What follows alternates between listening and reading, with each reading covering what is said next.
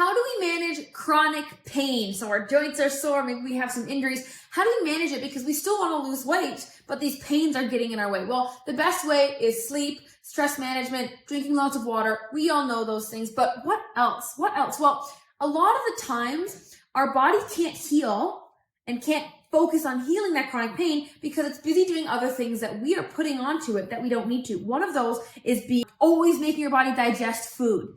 That is the second number one energy drainer in the entire body, is digesting food. So one of the best ways to manage pain would be incorporating regular fasting, right? Where you don't eat for a day, you don't eat for 2 days, 48 hours, 72 hours, whatever, you can handle. You take it 1 hour at a time, 1 day at a time, see how you're feeling, drink water when you need it, add a little bit of salt to your water.